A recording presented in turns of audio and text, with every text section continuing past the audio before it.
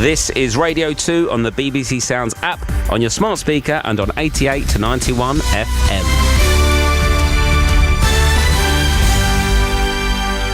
BBC News at 7 o'clock. This is Nikki Cardwell. Strikes by ambulance workers belonging to the union Unite that were due to take place in some areas of England tomorrow and on Wednesday have been called off. Unite says it'll enter into pay talks with the government.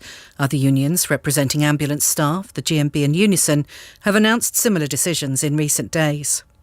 The government's expected to announce in the coming days new legislation that will prevent anyone arriving in the UK on small boats from claiming asylum. Under the plans, ministers will have a duty to detain and swiftly remove anyone who comes through that route.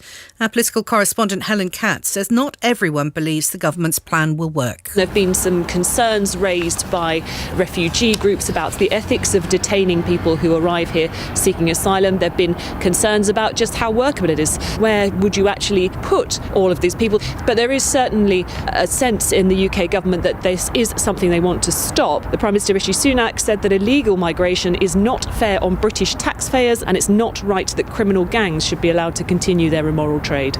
Hampshire police say an 18-year-old boy has died after a car crashed into several parked vehicles in Southampton at around 1 o'clock this morning.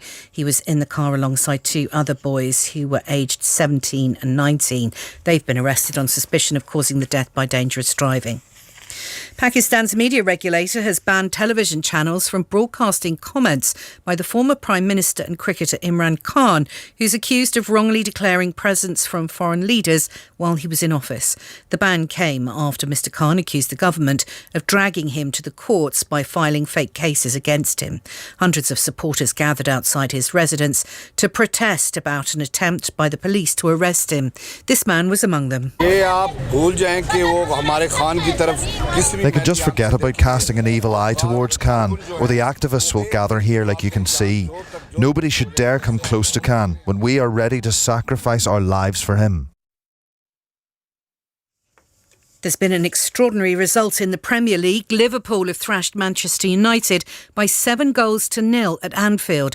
It's United's heaviest defeat since December 1931, when they lost by 7 goals to Wolverhampton Wanderers. Mohamed Salah got 2 of the goals, making him Liverpool's record Premier League scorer. Earlier, Nottingham Forest and Everton drew 2-2. The score means Forest are now 4 points clear of the relegation zone, but Everton remain third from bottom.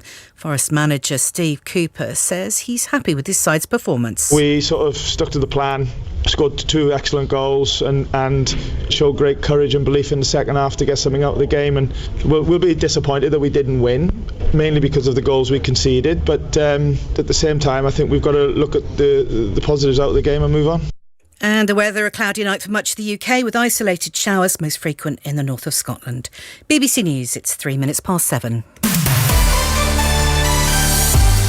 Now, for the last time today, Orna's here with the travel news. Nikki, thank you. It's looking good on the motorways. Most of them are moving very well. We've got lots of roadworks out there, but the traffic seems to be coping with it. The M90, there's a contraflow. It's still in place between 8 at Glenfarg and Junction 9 at Bridgevern, but the traffic is moving well again. The A66 has been closed in Cumbria since about 8 o'clock this morning between Walkup and Brough, and it's because of an accident which happened.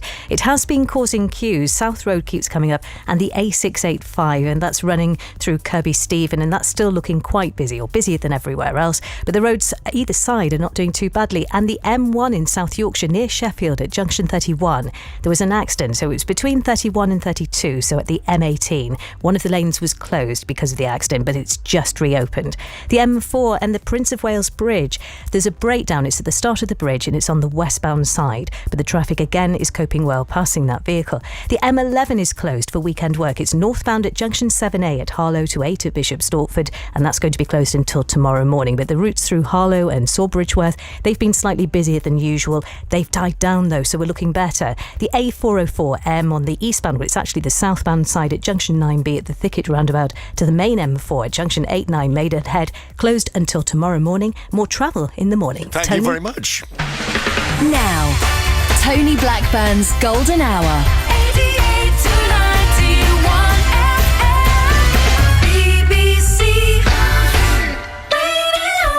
Thank you very much to Ona there, and also, of course, to Rob for a great show. Hi, how are you? Welcome along another Sunday evening, another fastest show in radio, and we've got some great music. I hope you got your disco ball up. Sorry, that was a bit personal. Here's what I would do for you this evening. I would take the stars out of the sky for you, stop the rain from falling